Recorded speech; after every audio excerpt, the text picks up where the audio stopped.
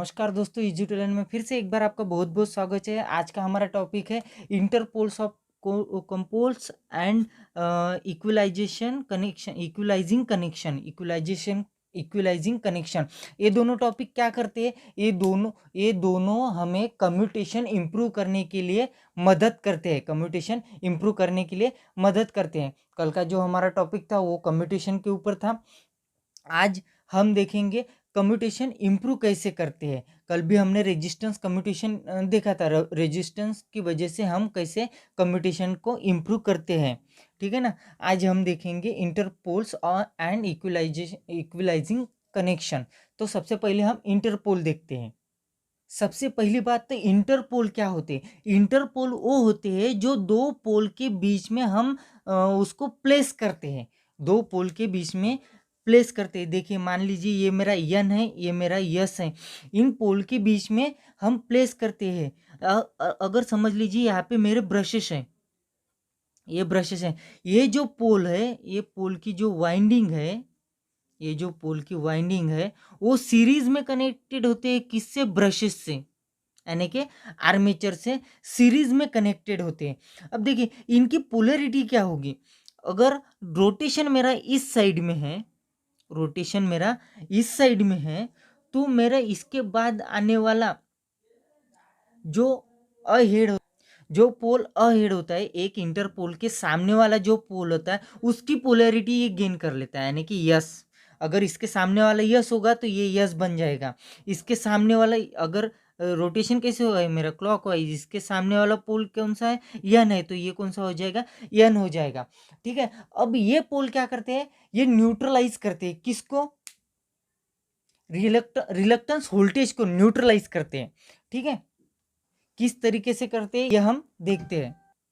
ये जो इंटरपोल होते हैं वो टैपेड इन शेप होते हैं, यानी कि त्रिकोणाकार होता है इसका। जो बाहर के साइड में है, वो जो बाहर के पोल रोटर के साइड में है, जो आप देख सकते हो, इसका एरिया जो है वो कम है। इसके वजह से क्या होगा? ये सैचुरेट नहीं होंगे, जल्दी से जल्दी ये सैचुरेट नहीं होंगे एज कम्पेयर टू मेन पोल के कंपैरिजन में ये जल्दी से जल्दी सैचुरेट नहीं होंगे। इसका मतलब इनके फ्लक्स भी इनसे कम रहेंगे, मेन पोल से इनके फ्लक्स भी कम रहेंगे। इसीलिए ये आर्मेचर के जो फ्लक्स प्रोड्यूस होने वाले हैं उसको न्यूट्रलाइज करने के लिए इनसे बहुत ज़्यादा मदद मिलेंगे। आर्मेचर के फ्लक्स न्यूट्रलाइज हो गए, इसका मतलब इन्होंने आर्मेचर रिएक्शन का क्रॉस मैग्नेटाइजिंग इफेक्ट जो है, वो कम कर दिया। क्रॉस मैग्नेटाइजिंग इफेक्ट ये कम कर दिया। क्यों कम कर दिया? क्योंकि इन्होंने न्यूट्रलाइज कर दिया किसको? रिएक्टेंस वोल्टेज को एकदम एकदम से ही न्यूट्रलाइज कर दिया। यहाँ पे कुछ पॉइंट है, देख लेते हैं। उससे उससे पहले हमने जो आर्मेचर रिएक्शन वाली डायग्राम देखी थी उसमें क्या था? यहाँ से निकलने वाली मेरी फ्लक्स डेंसिटी ज़्यादा थी। यहाँ पे मेरी फ्लक्स डेंसिटी ज़्यादा थी। रोटेशन की वजह से क्या हो रहा था? यहाँ पे इस तरीके से आर्मेशन रिएक्शन हो रही थी। जो ट्रिलिंग पॉइंट होते हैं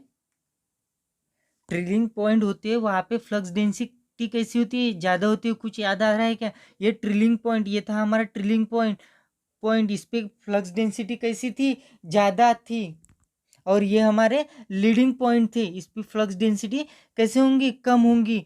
यही इफेक्ट नलिफाई कर देता है। किसके वजह से? ये पोल लगाने के वजह से। आर्मेचर क्रॉस मैग्नेटाइजिंग इफेक्ट ये कम कर देता है।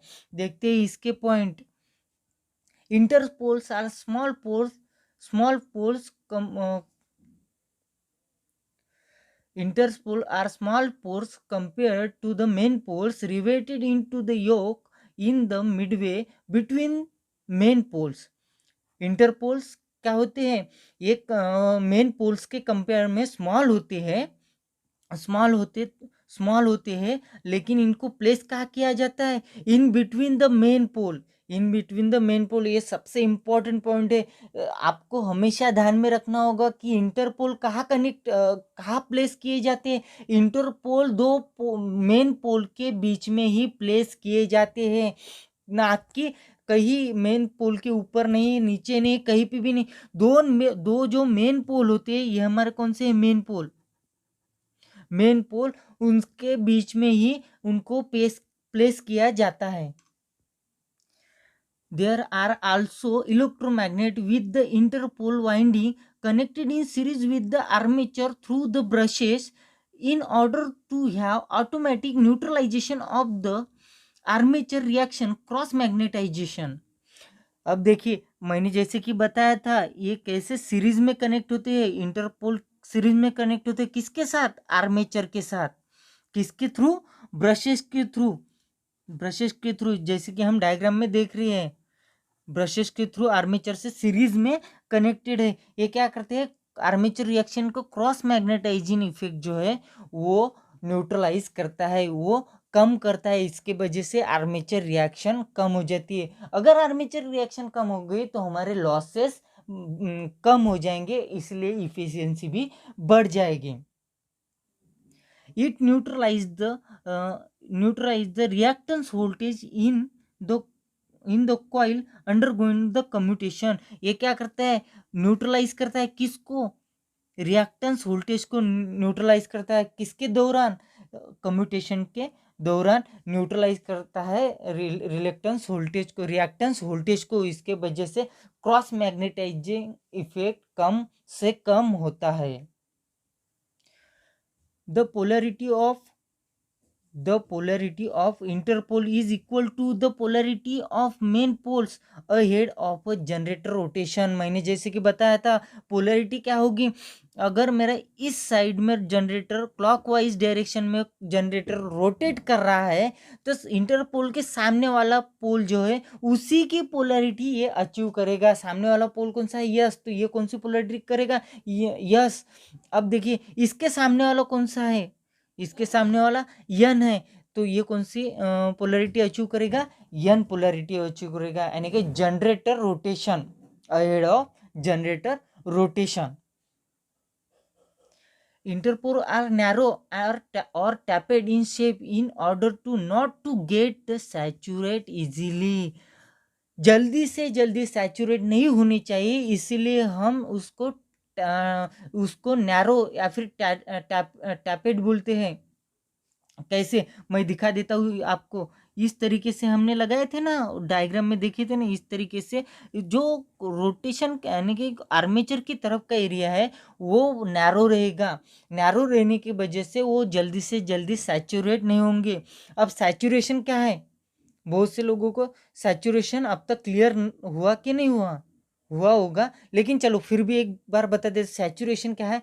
अगर आपने किसी मैग्नेट के ऊपर कॉइल प्लेस कर दी, कॉइल वाउंड कर दी, समझ लीजिए कॉइल वाउंड कर दी और उसको सप्लाई दे दिया, सप्लाई देने के बाद उसको सप्लाई दे दिया, सप्लाई देने के बाद वो इलेक्ट्रोमैग्नेट बन जाएगा। इसका मतलब वो फ्लक्स प्रोड्यूस करेगा, वो इतने फ्लक्स प्रोड्यूस करेगा, इतना इतना फ्लक्स प्रोड्यूस करेगा कि जितनी उसकी कैपेसिटी है, उसके ऐसा एक टाइम ऐसा आ जाएगा कि उसके बाद वो मैग्नेटिक फ्लक्स क्रिएट कर ही नहीं पाएगा। वो ऐसी ऐसी स्थिति जिसके बाद वो ज़्यादा से ज़्यादा फ्लक्स क्रिएट नहीं कर पाएगा, एक जगह पे स्टॉप हो जाएगा, उसके बाद वो फ्लक्स क्रिएट नहीं कर पाएगा। उसी को मैग्नेटिक सैचुरेशन बोलते हैं, ठीक है ना। क्यों रखते हैं उसको नैरो और टैपेड शेप, क्योंकि इंटरपोल का, क्योंकि वो मैग्नेटिक सैचुरेशन जल्दी से जल्दी ना हो। अगर समझ लीजिए एरिया ज़्यादा होगा पोल शू का, जैसे हम पोल शू इस्तेमाल करते हैं क्योंकि एरिया ज़्यादा हो जाए, क्योंकि मैग्नेटिक सैचुरेशन जल्दी हो जाए। मैग्नेटिक सैचुरेशन जल्दी होने के लिए हमें पोल का एरिया बढ़ाना पड़ता है, लेकिन यहाँ पे हमें कैसा, पोल का एरिया बढ़ाना ही नहीं है, उसको कम करना है। क्यों करना है, क्योंकि वो सैचुरेट जल्दी ना हो पाए। As all the armature current and load current flow in the them air gap under the interpole is also comparatively more। अब इंटरपोल जो है वो हमारे आर्मेचर से कनेक्टेड होते हैं, किसमें, सीरीज में। अब देखिए आर्मेचर किससे कनेक्ट होता है, लोड से। इसका मतलब इंटरपोल से और लोड से, इंटरपोल से और आर्मेचर से कौन सा करंट फ्लो होगा, लोड करंट।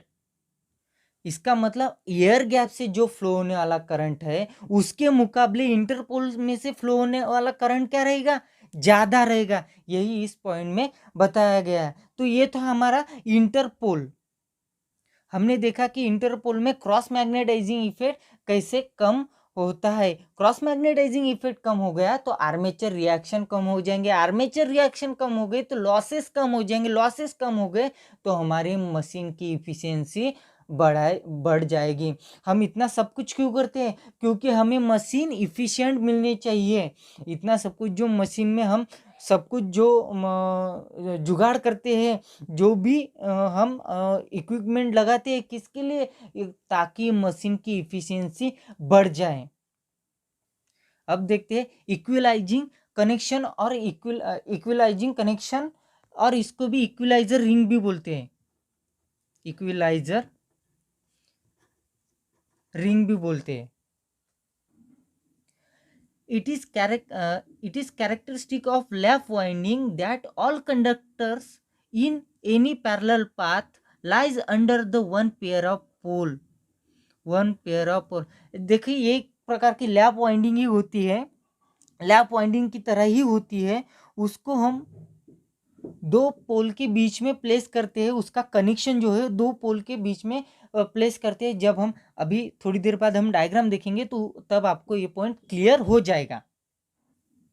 मान लीजिए दोस्तों, अगर मेरे दो पोल में से, मशीन के जो दो पोल्स है उसमें से अगर सेम फ्लक्स प्रोड्यूस हो रहे हैं, उसमें से अगर सेम फ्लक्स प्रोड्यूस हो रहे हैं, इसका मतलब क्या होगा, ईएमएफ आर्मेचर में जो ईएमएफ इंड्यूस होने वाला है वो क्या होगा, सेम ही होगा। अगर ईएमएफ इंड्यूस होने वाला सेम है, सभी पोल्स में से होने वाला ईएमएफ इंड्यूस सेम अगर है, तो उसमें से फ्लो होने वाला, आर्मेचर में से फ्लो होने वाला करंट भी कैसा रहेगा, सेम रहेगा। यही ये पॉइंट में बताएं if the flux from the all poles, अगर if the flux from all poles are exactly same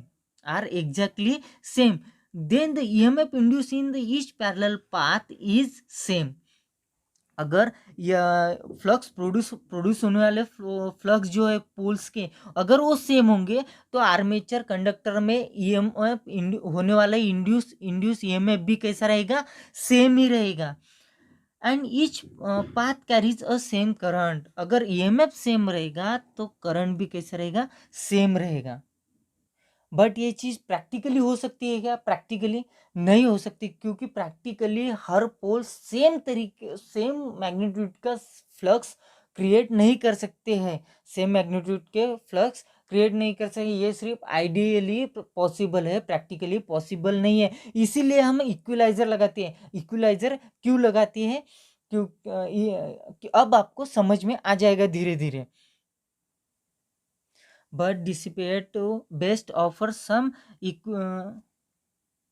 equalize in flux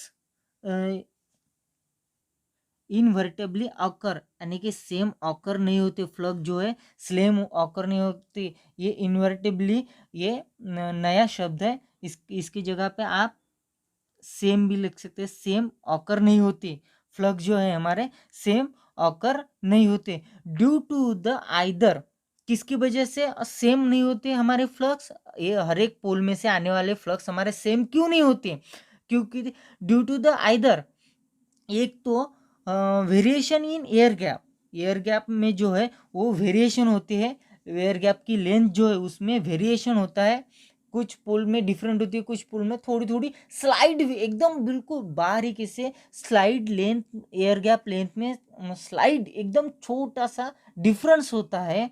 इसकी वजह से हमारे फ्लक्स जो है पोल के सेम नहीं होते। और दूसरी कौन सी वजह है, in the magnetic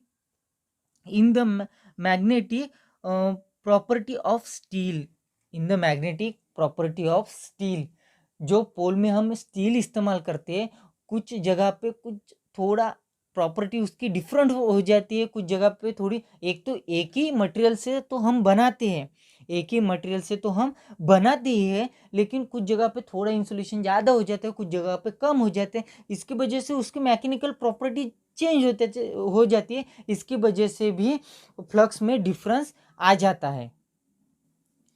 Hence, there is always slight imbalance of the EMF in the various parallel path. जो EMF इंड्यूस होने वाला है आर्मेचर में, उस हर एक कंडक्टर में वो EMF थोड़ा थोड़ा डिफरेंट होता है, थोड़ा थोड़ा डिफरेंट होता है। क्यों? क्योंकि variation in air gap and magnetic material, magnetic strength of material, properties of material, उसकी वजह से हर एक कंडक्टर में इंड्यूस होने वाला ईएमएफ डिफरेंट होता है, थोड़ा सा चेंज होता है। अगर ईएमएफ डिफरेंट है, ईएमएफ क्यों डिफरेंट हो जाएगा? क्योंकि फ्लक्स डिफरेंट है, इसलिए इंड्यूस होने वाला ईएमएफ डिफरेंस हो जाएगा। ये इंड्यूस होने वाला ईएमएफ अगर डिफरेंस हो जाएगा तो आर्मेचर कंडक्टर में से फ्लो होने वाला करंट भी कैसे हो जाएगा? डिफरेंट हो जाएगा। The result in that conductors under the stronger pole generated the generator EMF and greater EMF and hence the carry a large current। अब देखिए, जो पोल स्ट्रांग होगा, जो पोल ज़्यादा से ज़्यादा फ्लक्स प्रोड्यूस करेगा, वो ज़्यादा EMF इंड्यूस करेगा, हाँ, एज कम्पेयर टू जो कम करेगा, जो कम फ्लक्स प्रोड्यूस करेगा। इसका मतलब जो ज़्यादा फ्लक्स प्रोड्यूस करेगा, जो पोल फ्लक्स ज़्यादा क्रिएट करेगा, वो पोल की वजह से इंड्यूस होने वाला ईएमएफ भी कैसा रहेगा? ज़्यादा रहेगा। और ईएमएफ इंड्यूस ज़्यादा रहेगा तो करंट भी उस पोल के एरिया में आने वाले कंडक्टर, आर्मेचर कंडक्टर भी कैसे लार्ज करंट कैरी करेंगे, लार्ज करंट कैरी करेंगे। अगर एक पोल पे करंट ज़्यादा है, एक पोल पे करंट कम है, इसके वजह से क्या हो जाए? एक पोल पे करंट ज़्यादा आ जाएगा, एक पोल पे करंट कम हो जाएगा। इसकी वजह से जो ब्रशेस भी है, वो एक ब्रशेस ज़्यादा करंट कलेक्ट करेगा, दूसरा ब्रशेस कम करंट कलेक्ट करेगा। The current distribution eight the brushes becomes unequal. इसका मतलब ब्रशेस के ऊपर भी करंट डिस्ट्रीब्यूशन का, करंट का जो डिस्ट्रीब्यूशन है वो अनइक्वल हो जाएगा। result in poor commutation and may even limit the out of machine। इसका मतलब क्या है?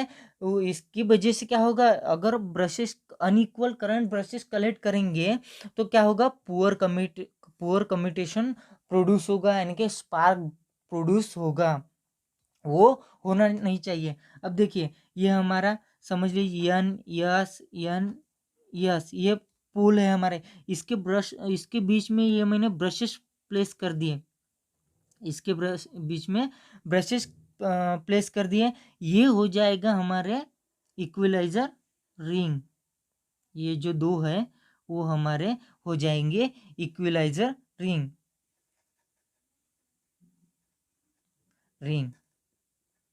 ये हमारे इक्विलाइजर रिंग, इस तरीके से हम प्लेस करते हैं इक्विलाइजर रिंग को ब्रशेस के नीचे, यानी कम्यूटेटर के ऊपर साइड में, पीछे के साइड में।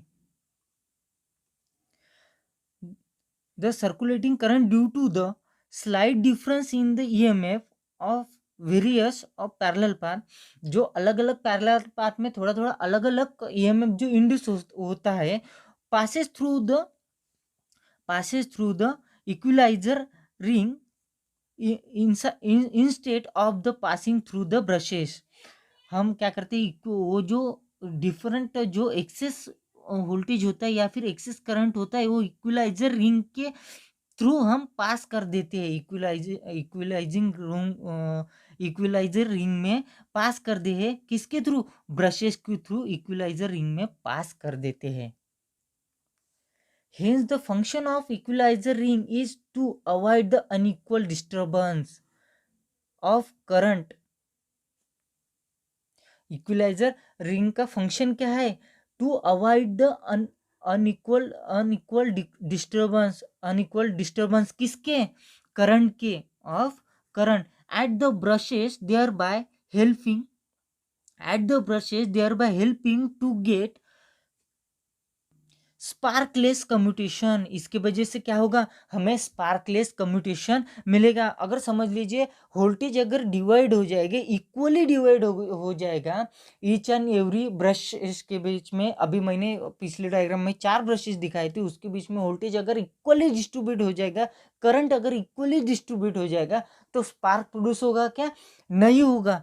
स्पार्क प्रोड्यूस नहीं होगा तो हमारा क्रॉस मैग्नेटाइजिंग कम्यूटेशन हमारा इम्प्रूव हो जाएगा। तो ये 2 मेथड और थी कम्यूटेशन इम्प्रूव करने के लिए। कौन सी कम्यूटेशन इम्प्रूव करने के लिए, कौन सी मेथड, ये एक तो था इंटरपोल और एक तो था इक्विलाइजिंग कनेक्शन। तो हमने दोनों मेथड देख ली है कि कम्यूटेशन किस तरीके से इम्प्रूव किया जाता है। तो आज के लिए बस इतना ही। धन्यवाद।